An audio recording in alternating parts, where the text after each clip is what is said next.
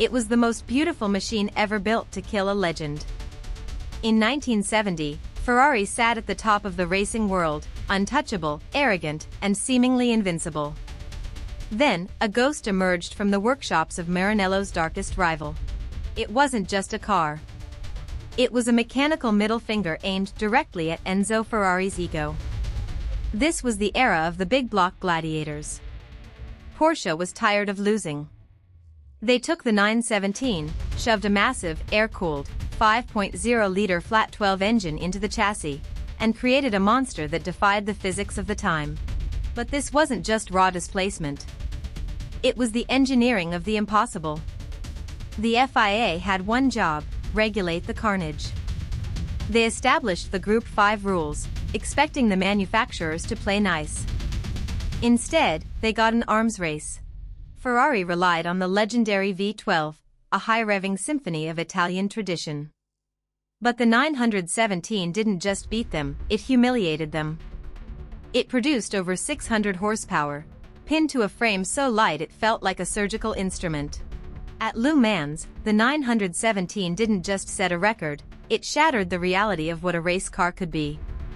It reached speeds that made drivers physically ill. It cornered with a ferocity that snapped Ferrari's dominance like a dry twig. The officials were terrified. They realized that if this engine stayed, racing would become a bloodbath of high-speed mechanical suicide. So, they did the only thing they could. They banned it. They rewrote the rulebook in a panic, outlawing the very engines that had redefined the sport. But the damage was already done. Ferrari's aura of invincibility was gone, dismantled by an air-cooled flat 12 that proved that sometimes, the only way to beat a giant is to build something they aren't prepared to face. The 917 was forced into retirement, leaving behind a crater in automotive history. Ferrari recovered, eventually, but the world had changed. The era of the true heavyweights had ended, replaced by the suffocating grip of regulations and safety. We look back at that year as the golden age of automotive excess. We see the prototypes, the fiberglass, the screaming flat 12, and we realize the truth. They didn't just ban an engine. They banned the last moment in history where raw, unhinged ambition was allowed to win at all costs. When the dust finally settled, Ferrari was still standing, but their legacy was forever scarred by a ghost that refused to lose.